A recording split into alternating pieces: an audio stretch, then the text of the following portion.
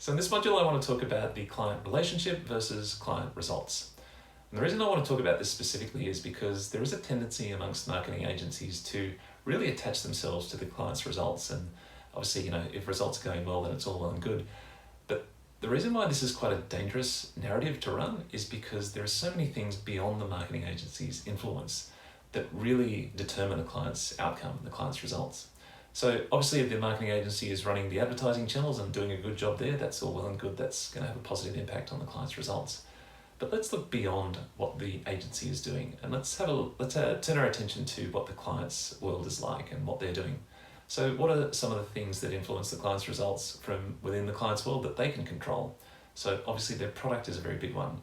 The product pricing, product quality, product supply, all of these have a big impact on results. The client's community, their social community, what are they doing with it? The client's email marketing list, are they nurturing that list? Are they responding to their feedback? The client's customer experience, the client's website, that's a huge one. Is it a clunky website? Is it a functional website? Does it make sense as a user? The client's in-store experience, if they have a bricks and mortar store as well. The client's customer reviews, the client's customer service, are they responding to complaints? Are they responding to feedback in reviews and taking it back to their product team and improving their product or improving their website? All these things have a really big impact on the client's outcome, and none of them are within your control.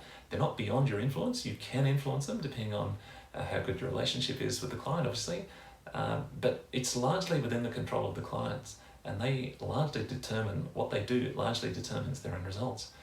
But even beyond the client's world, there are things that are influencing their world, influencing their results. So competition is a huge one. If there's a new competitor in market, new pricing, new product in market, this is going to be really difficult for your client, and how they respond is going to be really important in determining their results. And then broader, bigger picture issues like supply chain issues or shortages of supply. A lot of clients have been suffering from this one in recent years. And then, really bigger picture things like geopolitical things, wars breaking out, COVID, border closures with pandemics. All of these things have an enormous impact, completely beyond your control, completely beyond the client's control. And if they all go against your client, then it doesn't matter if you're the best marketing agency the world has ever seen. Your client's results are not going to improve. They simply can't. And if you're attaching yourself, if you have this narrative where, we're the marketing agency and we'll determine your results, if all of those things go against you, the client sees their results go down. And if that's the narrative you've been carrying, then they're, very likely just going to turf you out because, you're not delivering results and that's what you said you were going to do. Now, conversely, obviously, if all of those things go well, then you can do relatively nothing as a marketing agency and the client's results are going to go through the roof if all of those things we talked about are in their favor. Things like their product and their competitors and product pricing, and they're doing a better job with their website and their customer reviews and all the rest of it. So you've really got to recognize that the client's results are determined by a multitude of different things, and there are only a relatively small amount that you can influence directly through what you're doing on a day-to-day basis with your client. Now, within the client's world, you can't control that, but you can influence that sphere. And how much you influence that is really largely determined by the strength of the relationship you have with your clients. Because if you come at them with good advice and good recommendations, if they don't have a great relationship with you, then a lot of those recommendations can really fall on deaf ears.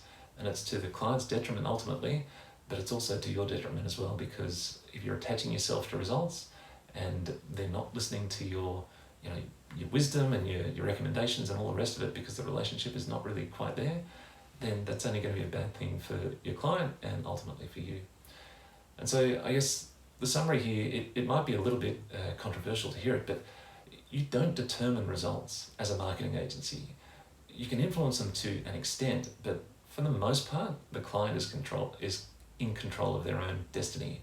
And again, there are things beyond the client's control even that they can't do much about that. But for the most part, most of the really big factors around the product and the website and their customer interactions and all the other things we discussed, that's largely the client's world. Your best bet as a marketing agency is to be able to positively influence the client's world. But again, how successfully you do that is really a function of how successful the client relationship is. So there is one notable exception to all of the above, and that is when you first onboard a new client.